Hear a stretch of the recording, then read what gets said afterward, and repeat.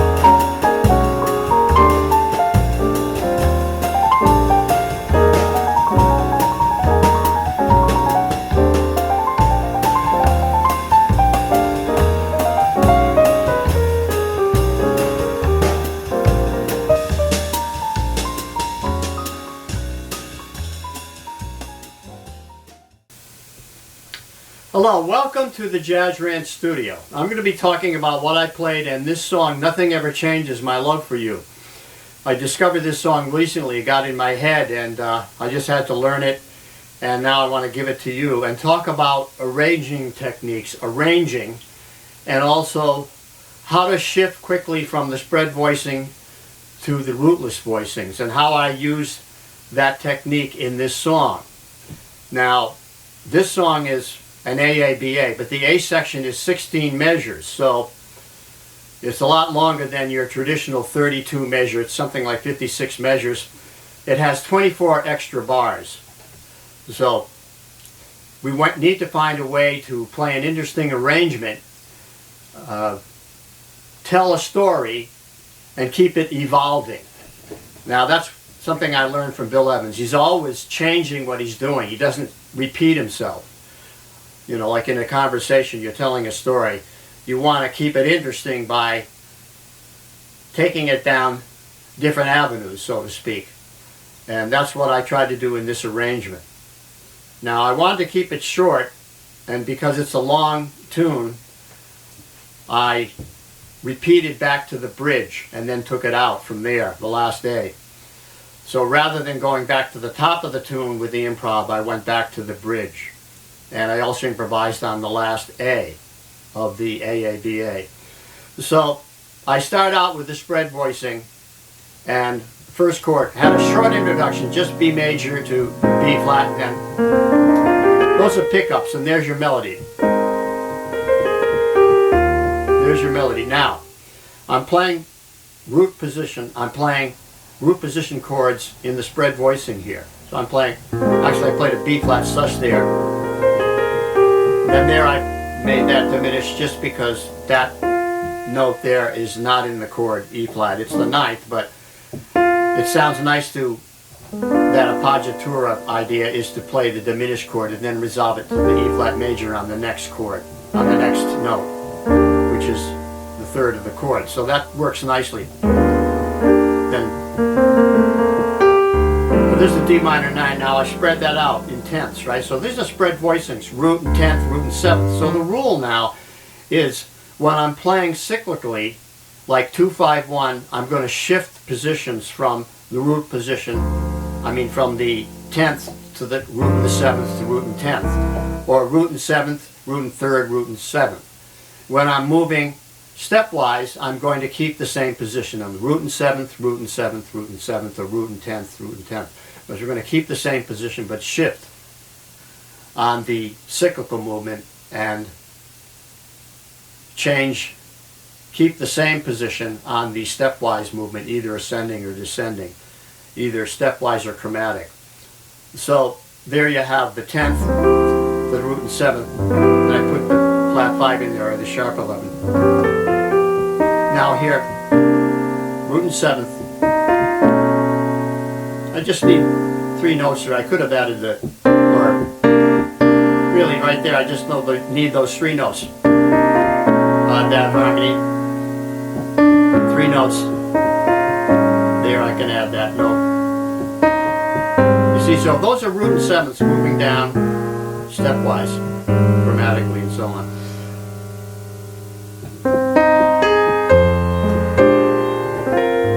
There. To get to this point now, I'm going to add the 13 there, and these are beautiful chords. That's a very typical chord progression. 13th, the D flat 9 to the C sus with a 9 in it, then the C7 flat 9. Then I use this root and 7th. There's a substitute chord, the B major 9 there. Now, this is all spread voicing. So now I played that first section of the tune, that first 16 bars of the A section, all in spread voicing like that. So now I need to change and do something different. So I'm going to take it up an octave and play rootless chords. I'm going to go up here. So this F minor now becomes an inverted chord. So in the rootless voicings, I'm going to use the first inversion or the third inversion. And if it's cyclical, they're going to shift. It's going to go third, first, third, or first, third, first. So the A form is first, third, first. The B form is third, first, third.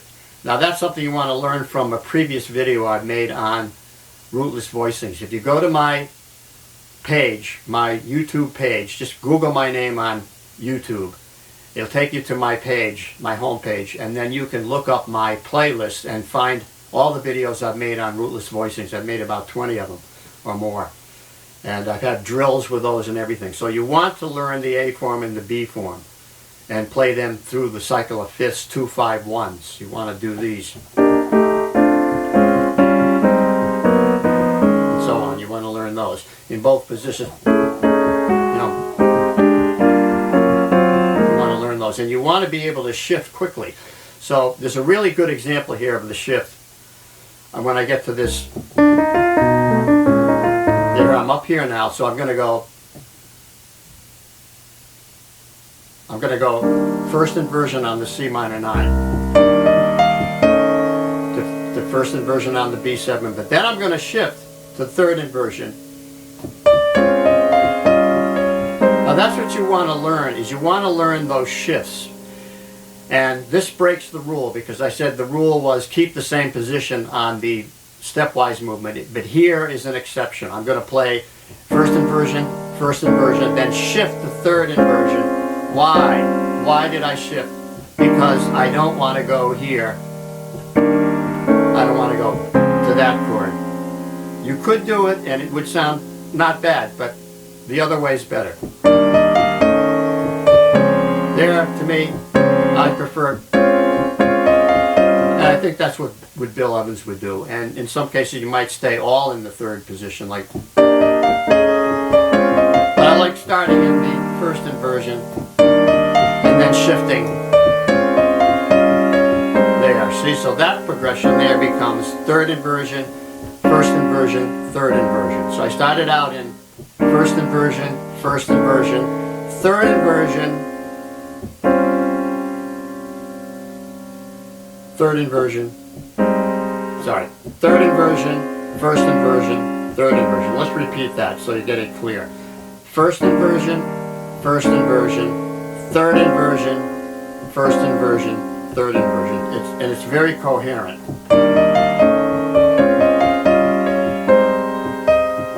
Now here I use a root position, then into first inversion. Now here I'm on the third inversion, so I'm going to. This is a really nice harmonic line here. 13, flat 13, 9, flat 9. So I'm going to double it in the right hand. Because it's really pretty and I like that. So now, then we have this. Now I'm using root position chords, block chords in the left hand.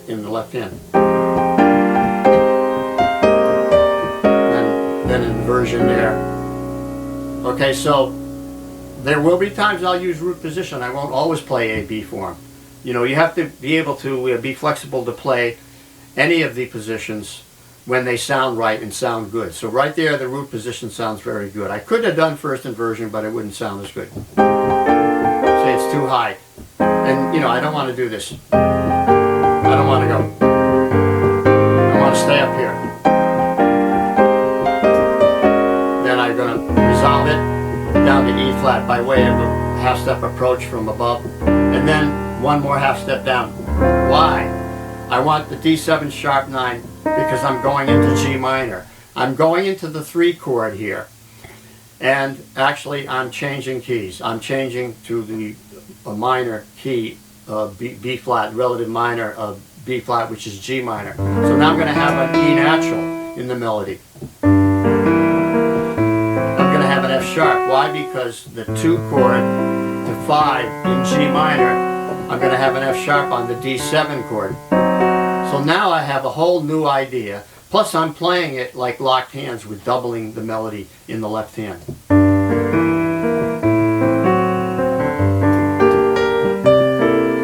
I'm back to spread voicing.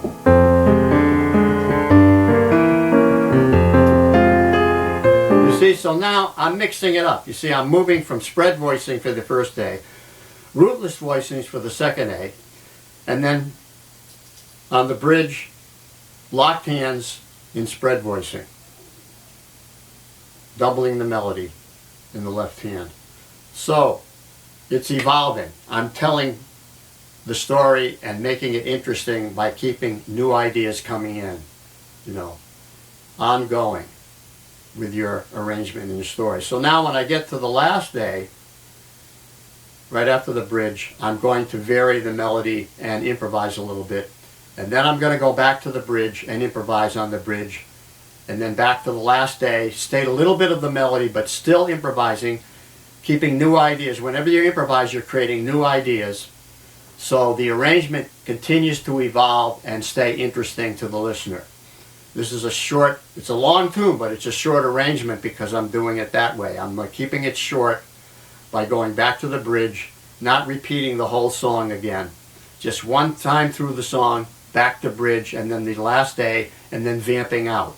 The vamp is just like a B major to an E flat, like it's same as an E major 7 to an E flat, and vamp out with that. So there you have it. I hope that you will try this out on arrangements that you're playing. Try these ideas out of changing registers, changing the position of the left hand from the root position in spread voicing to the rootless chords, and maybe adding some other ideas like the doubling of the melody in the left hand, the locked hands technique, and keeping in mind that you want your arrangement to keep stating new ideas, keep it evolving. I learned this by listening to Bill Evans' arrangements. He's always evolving when he's telling a story in which new ideas keep coming into the picture. So that's the point of this video, plus being able to shift quickly from root position to spread voicing in root position to rootless chords, and then the position of the rootless chords from the A form to the B form. Those kind of shifts you want to learn to be able to do quickly and smoothly. And you'll need to practice, you know, your 2-5-1s in both techniques, in spread voicing and in rootless voicing. So go to my playlists and look those up, and you'll see the drills and exercises. So thanks for watching, and we'll see you next time around. Bye-bye.